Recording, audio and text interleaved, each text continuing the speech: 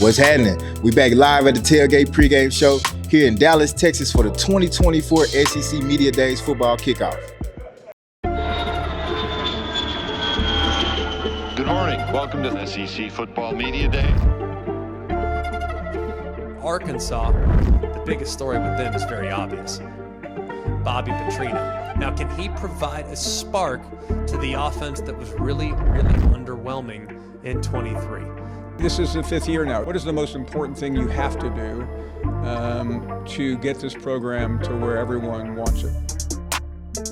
We can do something extremely great here, and that's why I came back. The only one that can really control the hot seat is me and what we do with our football team. The Tailgate pregame show is a creative media outlet hosted by the Black Alumni Society and Friends before Arkansas Razorback home sporting events. So we here live at 2024 SEC Media Days here in Dallas, Texas, and we got a lot in store for the show today. We're gonna talk with the commissioner and some officials from around the league to get some updates on what the rules and regulations are for the upcoming season and some expectations in the landscape for the conference overall. We're gonna talk with some coaches and some players to get some expectations for their teams and their performances. We're gonna shout out our people, and we're gonna have a good time while we're here. Visionary Athletics is making space for Black student athletes.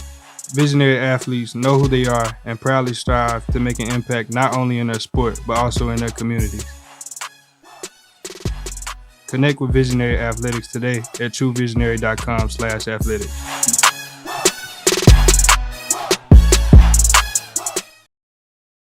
Hey guys, this is Pat Jenkins of On the Hill Media and voice of Fayetteville High Bulldogs Athletics. Make sure and subscribe to our YouTube channel. That's On the Hill Media.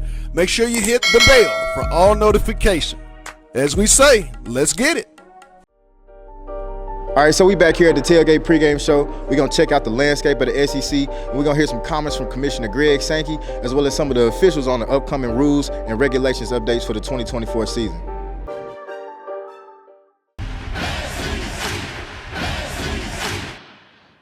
Now we'll welcome Southeastern Conference Commissioner Greg Sankey to the podium. Greg? No applause is necessary. That was an accident, I'm sure. Good morning. I'm going to go off script, which will make my staff nervous. 3 points of recognition this morning. I've often thought we should have a media hustle award, but I'm not really confident in what behavior that may encourage. So I want to give my first shout out to George Somerville, who I was interacting with on Twitter, College Football Chaps podcast, getting here from London. So George, you're first. Second is a guy named Ben Burnell, I think, who captured me for the first interview of SEC Football Media Days yesterday in Utica, New York, right at the finish line of a 15K, which is a new level of hustle, being tracked with your race results. And the third would go to Nick Saban, who apparently was denied access because he didn't have his credential this morning and had to go back to his room. So we teach those lessons quickly. It's great for us, though, to be here in Dallas, Texas for the SEC's 2024 version of Football Media Days. We're thrilled to be in a city where Dak is the quarterback, where the Dallas Mavericks made a run to the NBA Finals with a number of players from the SEC, including Kentucky's PJ, Washington's, Arkansas's Daniel Gafford, and South Carolina's AJ Lawson, where our 2019 Women's Basketball Player of the Year and Mississippi State alum Tierra McCown is part of the Dallas Wings, where over in Arlington, Florida's Wyatt Langford is having an impact in his rookie season for the Texas Rangers. And tomorrow night in Globe Life Field, Paul Skeens from LSU, now Pittsburgh Pirate, will take the mound as the starting pitcher for the National League in the All-Star game. To build my local credibility, back in 1991, I was here in Dallas for a set of meetings. I was with Bobby Williams, who's now the athletics director at Sam Houston State University, and we said, hey, you want to go out to Arlington Stadium? Those of you who are locals will remember Arlington Stadium, before the ballpark and before Globe Life Field. Nolan Ryan was pitching that night against the Toronto Blue Jays, and I brought, just to prove my credibility, the ticket from his 7th no-hitter that I attended while I lived here in Dallas, because I spent 11 great years of my career here. Our 2 daughters were born just north in McKinney, Texas. I occupied offices along North Central Expressway when I worked for the Southland Conference, and it's great to be back in Texas representing the 16 universities of the Southeastern Conference and following a video that began with words like Billy Cannon running, Manning rolling, Manning looking. It was Archie Manning back in 1969 in Legion Field on a game, the first televised Saturday night game we had on ABC. It's Larry Munson yelling for Lindsey Scott. It's a statement that here, history runs deep. And then you saw Pat, as in Pat Summitt, and Perry, as in Perry Wallace, and Goose Givens shooting over Duke in the 1978 Final Four. And you heard 3 words: passion, rivalry, family. You saw confettis, you saw trophies, you saw champions, you saw celebrations, you saw a quarterback leading the marching band, and you saw Olympic medalist after Olympic medalist. That's the imagery to which we're accustomed in the SEC. And then you saw something new. You saw Bevo, and you saw the Sooner Schooner. And you heard from 14 deep to 16 strong. 16 is our today, and 16 is our tomorrow. Those 16 universities represent a currently enrolled student body of right at 500,000, a global network of 5 million living alums and former students, direct local economic and state impact exceeding $100 billion annually, a number that will continue to grow. And the innovative nature of these universities has caused us in the Southeastern Conference, through the collective campus work, to be the first collegiate athletic conference to convene an artificial intelligence consortium. That's already creating research and collaboration and programming partnerships, including a faculty education program about how you manage artificial intelligence in the university learning environment. We've already engaged over 1,000 of our faculty in education around that important topic, a new topic, an emerging topic in which we intend to lead as campuses. Always a good feature is when we're joined by John McDade, who's a coordinator of football officials for the SEC, and he's here to give us some time, and we'll go straight to questions. We'll start over here on the right side on the 4th row. Good morning, everyone. Good morning. How are you, John? I'm doing great. Glad to hear it. I was listening to your talk in the big room, and you talked about the delay of game defensive penalty. I think back to a game I covered last year with LSU and Missouri. There was an incident with a player clapping about 7 yards off the ball, and that was deemed delay of game because LSU, I guess it designated the clapping as their signal. I'm curious if there's any change to, any talk with officials about how you designate impersonation of a signal versus, just a standard operating procedure. And then has there been any voice given to protecting more than one signal offensively as opposed to the now rule where you can protect either, a word, a phrase, or the clap? Yeah. So the first thing I'll say is you go into the playing rules, it talks about the signal you use for your cadence. And it doesn't say this explicitly. You have to interpret it. But as an offense, you only have one signal. You may use some huts and Omahas or whatever the case may be, but ultimately if you're using the clap as your cadence to snap the ball, that's your signal, the clap, right? So I asked our officials to do 2 things. Friday night, look at the 2 teams from previous weeks, what signal are they using? And then that first offensive possession for each of the teams, confirm that they're still using that first signal. So that's the answer to one of your questions. The guidelines we give them for clapping is that if it's a traditional clap, right, we don't need to hear it. And in some of our stadiums, you're not going to hear it, right? If you see them with a traditional clap as a defensive player anywhere on the field, and we have confirmed that the offense is using the clap as their offensive cadence, the signal to snap the ball, it's a foul. I'm going to admit to you, we miss it just as much as we see it.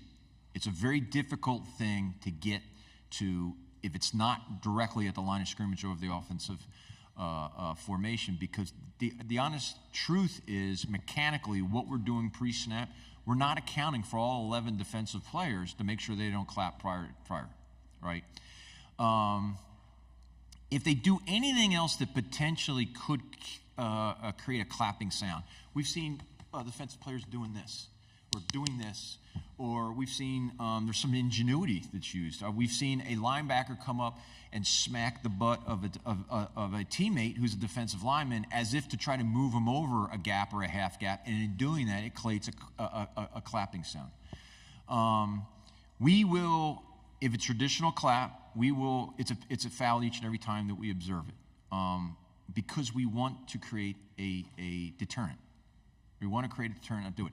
And to be honest with you, in all the clappings that I see, more than 50% of the time, it's not intentional, right?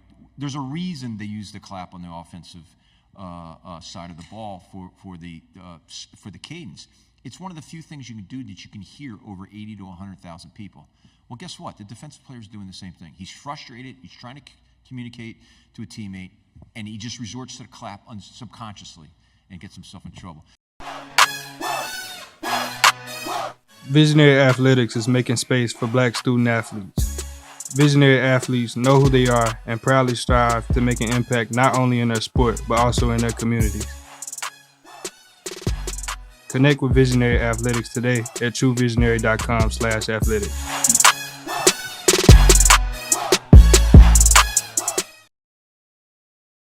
Hey guys, it's Pat Jenkins of On the Hill Media and voice of Fayetteville High Bulldogs Athletics. Make sure and subscribe to our YouTube channel, that's On the Hill Media. Make sure you hit the bell for all notification. As we say, let's get it. All right, so you were just able to hear some comments from Commissioner Sankey and some updates from the officials on the rules and regulations for the 2024 year. So now we're going to hear some comments and thoughts from coaches and players on their expectations for the 2024 season. Being my senior year, getting to come to SEC Media Day in Dallas, it's great. I told my mom, it's very ironic, so I'm very excited that I'm here, get to see the people, get to see the view from the Omni, it's great. So I really appreciate that from my head coach. Do you get the feeling that the season's getting closer? Are you getting the itch? And how have you guys practiced so far? Oh, it's been great. The team camaraderie, the player-led, it's been very fun, exciting. We've been working extremely hard this summer, going day by day, getting closer to fall camp. The only thing we can do is just focus on the next day and getting better at doing that. Right here in the front row. Hey, Dallas. AP Stedham, AP and Kelly, as we see it, syndicated radio. Dallas, tell the people about a Bobby Petrino offense. What's so unique for the wide receivers, and how do you like your new quarterback transfer from Boise State? Man, getting coached by Coach Petrino has been great. He's been helping us with the plays. We plan, we're going to try to be explosive this year. And, with Taylor Green coming in, the leader he is, he's 6'7", looking at him, you can already think he is a leader, so he's been great, talking with the players, talking with the team, it's been exciting. We'll go here in the front row on the right. Eric Bailey with the Tulsa World. I want to ask you about Luke Hawes. What does he bring to the offense? I know he had a shortened season last year, but as a young player, what can he do to help the offense? The biggest word I can say about Luke Hawes is consistent. He's one of the most consistent players on the team with his hands, with his route running, with his ability to learn the plays and stay locked in. Luke, like I said, we've seen him. Like even with the short spurt of games he's played in, just imagine if he, played the whole season. He's been great. He's still young, and for him to play at the ability that he's playing at his age is astounding. Left side in the back row. Morning, Noah Gross with KXAN in Austin. I know as a Texas native, you probably know all about UT and all things like that. Is the game against Texas something family and friends are talking about a little bit? And what do you kind of expect with everything you've heard about this rivalry starting back up? I know the last time they played them, it was like one of the seventh most, like the attendance there was extremely high.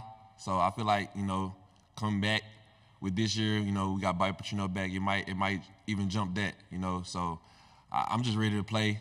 I'm just ready to play them as well. It's going to be a very fun game, early 11 a.m. game.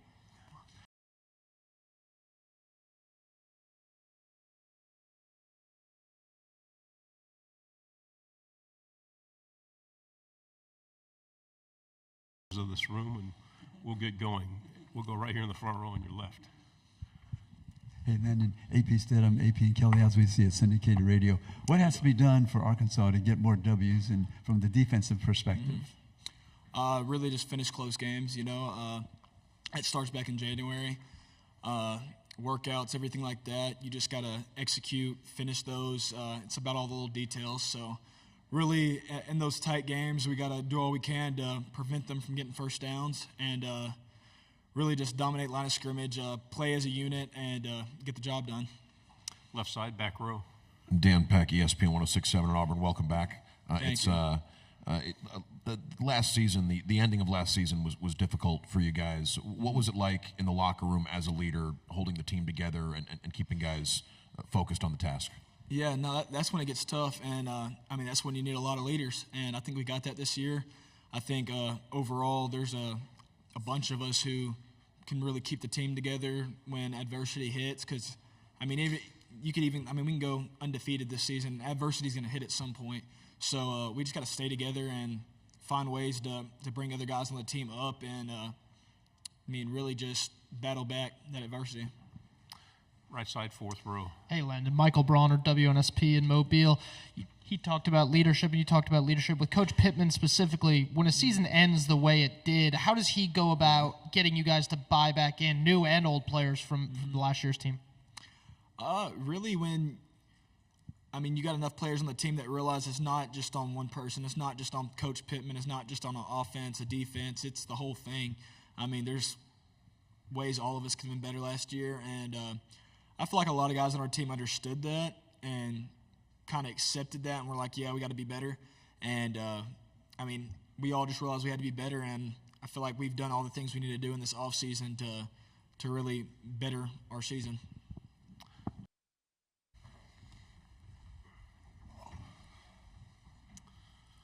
Okay, our final Razorback of the day is quarterback Talon. He's ready for questions, and we'll start right here in the front row. Hey, Talon. AP Stedham, AP and Kelly, as we see at syndicated radio. Talon, how about a self-scouting report on the new quarterback at Arkansas? A self-scouting report of, I would say, just having fun, just taking everything in, being a sponge, whether it's on the field with the playbook, with the team, or off the field, I'm always eating, always having fun, whether it's, I just went mini golfing or just hanging out with the team and hanging out with my teammates and stuff like that. So just taking everything in. Right side, third row.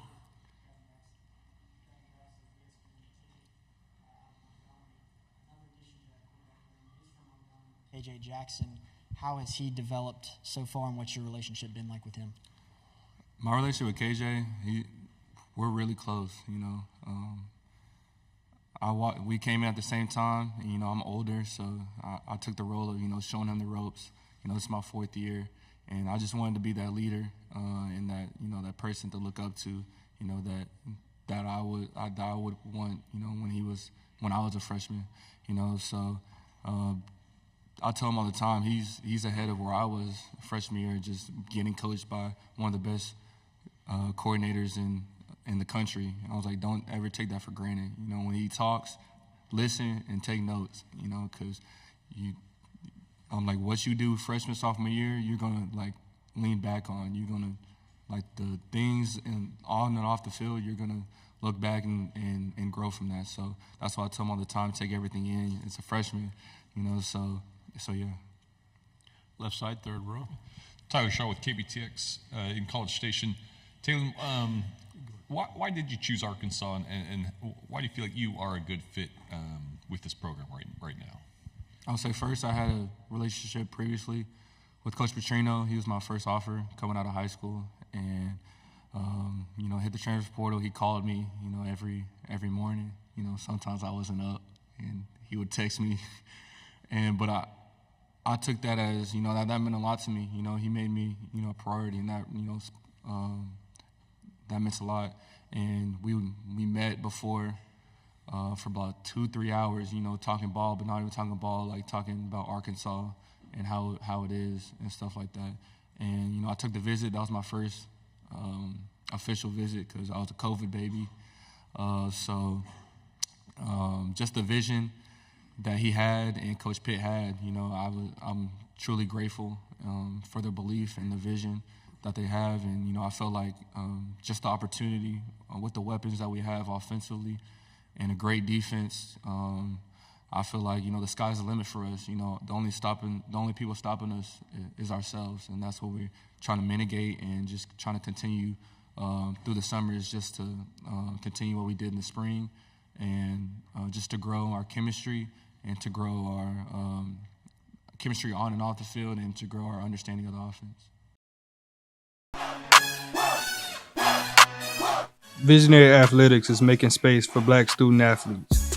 Visionary athletes know who they are and proudly strive to make an impact not only in their sport, but also in their communities. Connect with Visionary Athletics today at truevisionary.com/athletics.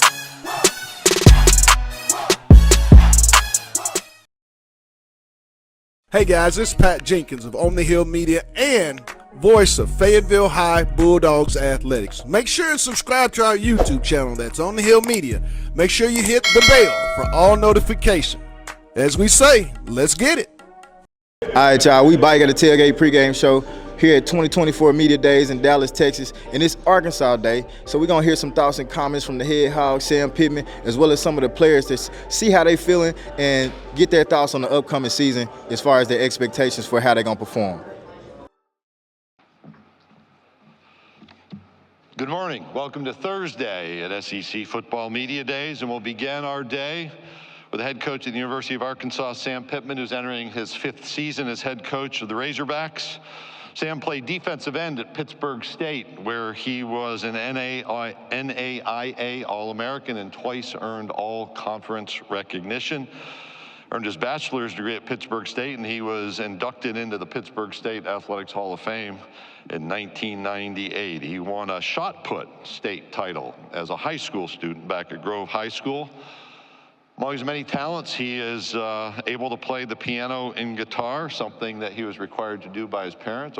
He and his siblings learned how to play an instrument. He also played the tuba in high school. He has a new puppy named Latte who's chewing things up. Welcome to the stage, University of Arkansas head football coach Sam Pittman.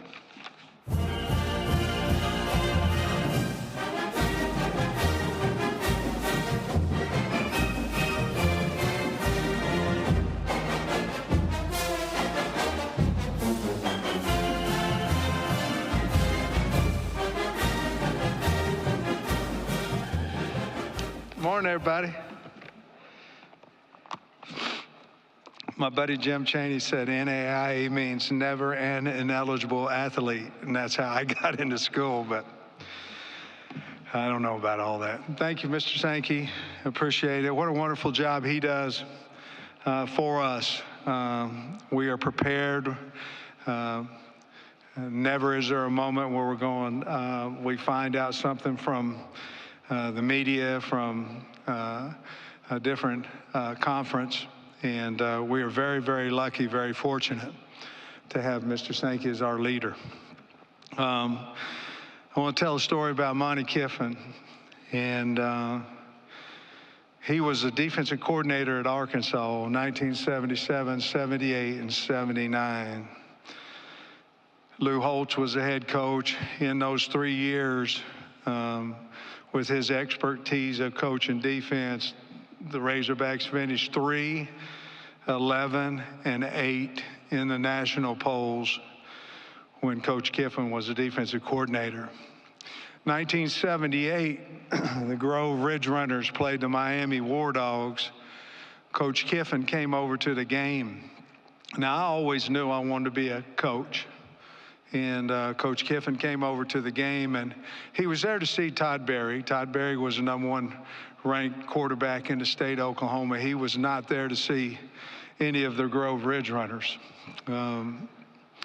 We lost the game late, 21-16, and Charlie Cooper, our head football coach there at Grove, Coach Kiffin came in and asked could he talk to the team. And he came in and he said some unbelievable things about our toughness and our fight and our grit.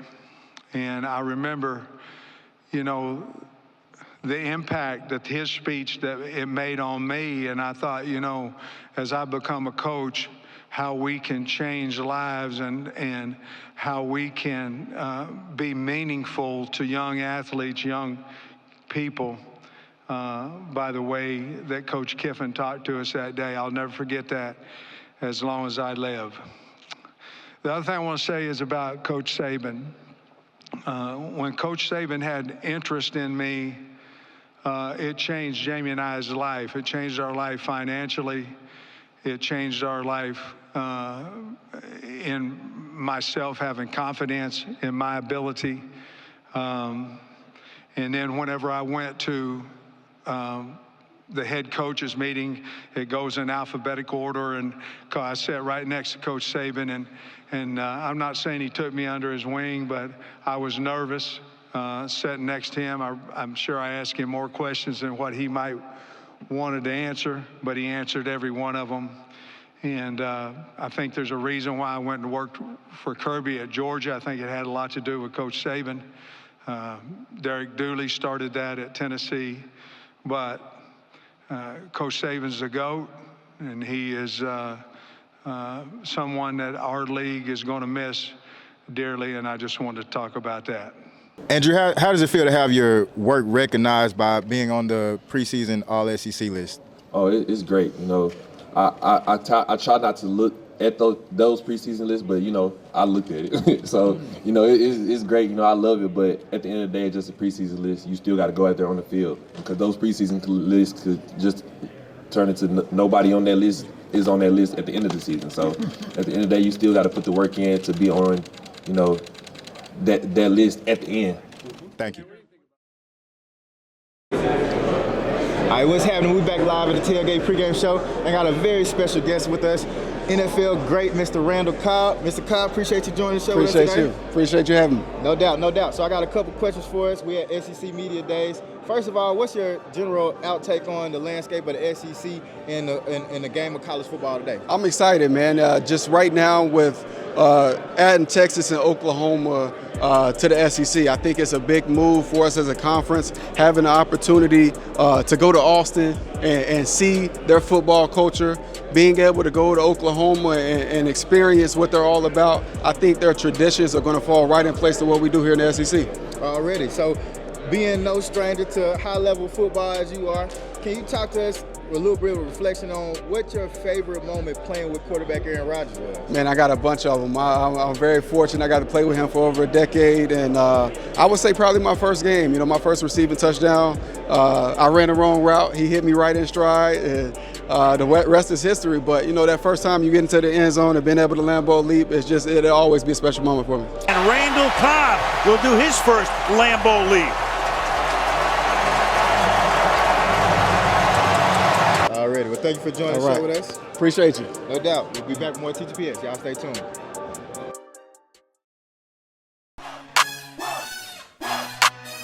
Visionary Athletics is making space for Black student athletes. Visionary athletes know who they are and proudly strive to make an impact not only in their sport, but also in their communities. Connect with Visionary Athletics today at truevisionary.com/athletics.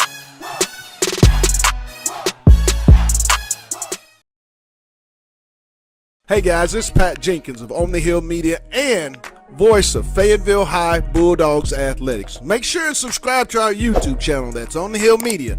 Make sure you hit the bell for all notifications. As we say, let's get it. All right, so you heard some thoughts from the head hog and from some of the players. We're going to talk about what our expectations are for the upcoming season. After listening to Coach Pittman talk about a number of things, including the transfers into his program, as well as his relationship with the coaching staff, I'm having a good vibe before the year. I'm thinking that they're going to be able to pull some things together as far as an offensive coaching staff, looking at what Bobby P is bringing to the table, and looking at how coaches really leaning on the experience that Coach Bobby P has from an offensive standpoint. And then on the defensive side of the ball, we got some returning All-SEC caliber players, and I'm expecting big things from them on that end. The transfer portal has been helpful for us, and the players overall are taking those steps to develop. So I'm expecting a big year out of the Hogs. So for the Hogs for 2024, I'm going to say we're going to Atlanta. That's how I'm always gonna think. And at the end of the day, realistically, I expect with the new additions with Texas and Oklahoma coming into the conference that it's just going to increase the competitiveness overall within the landscape of the SEC. So if we are able to stay competitive in our areas, I know we don't necessarily have divisions anymore the way we used to, but if we're able to stay competitive with our record, we're playing enough teams, we should be able to have a high-level bowl game by the end of the year.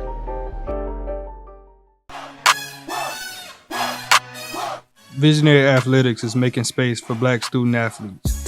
Visionary athletes know who they are and proudly strive to make an impact not only in their sport, but also in their communities.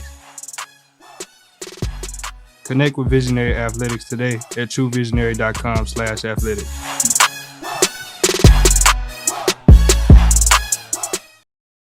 Hey guys, it's Pat Jenkins of On the Hill Media and voice of Fayetteville High Bulldogs Athletics. Make sure and subscribe to our YouTube channel, that's On the Hill Media. Make sure you hit the bell for all notifications. As we say, let's get it. All right, welcome back. We're finna get ready to wrap it up for y'all. Definitely had a good time while we were here in Dallas at SEC Media Days. Want to give a big shout out to all of our special guests that joined, the Hogs, Andrew Armstrong, Landon Jackson, as well as Mr. Randall Carr for taking the time to come and talk with us today. Can't get out of here without giving a big shout out to all of our sponsors to make everything happen. On the Hill Media, Visionary, Soft Stuff Radio, Air Travel on the booking and accommodations. And for sure, we got to give a big shout out to the Black Alumni Society at the University of Arkansas. Y'all look out for our upcoming tailgate. It's the first home game. And follow us on all social media and subscribe to the Tailgate pregame show on YouTube. And remember, On the Hill, we hog, baby.